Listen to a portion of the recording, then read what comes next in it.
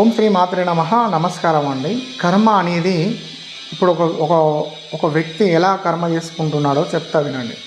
మోసం, తన అవసరానికి ఎదుటి వాళ్ళను వాడుకోవడం తెలుసుకున్నాడు. ఎదుటి వాళ్ళని ఎట్లా వాడుకోవాలి అంటే ఆశ పెట్టాలి. ఎదుటి వాళ్ళకి మనం ఆశ పెడితే వాళ్ళు ఏం చేస్తారు, వాళ్ళు మన వెనుక తిరుగుతూ ఉంటారు, మన పనులన్నీ చేస్తూ ఉంటారు. వాళ్ళ ప్రాబ్లమ్స్ తెలుసుకొని వాళ్ళ లీక్ పాయింట్ మీద దెబ్బ కొట్టుకుంటూ నీకు ఇది ఇస్తా, అది ఇస్తా, హెల్ప్ చేస్తా, ఇట్లా చేస్తా, అట్లా చేస్తా అనుకుంటా తన పని మొత్తం కంప్లీట్ చేసుకొని తీర దగ్గరకు వచ్చినాక మోసం చేసిండు. కానీ అతడు ఎంత బాధపడతాడు, వాళ్ళ ఫ్యామిలీ ఎంత బాధపడతాడు, వాళ్ళ భార్య ఎంత బాధపడతాడు.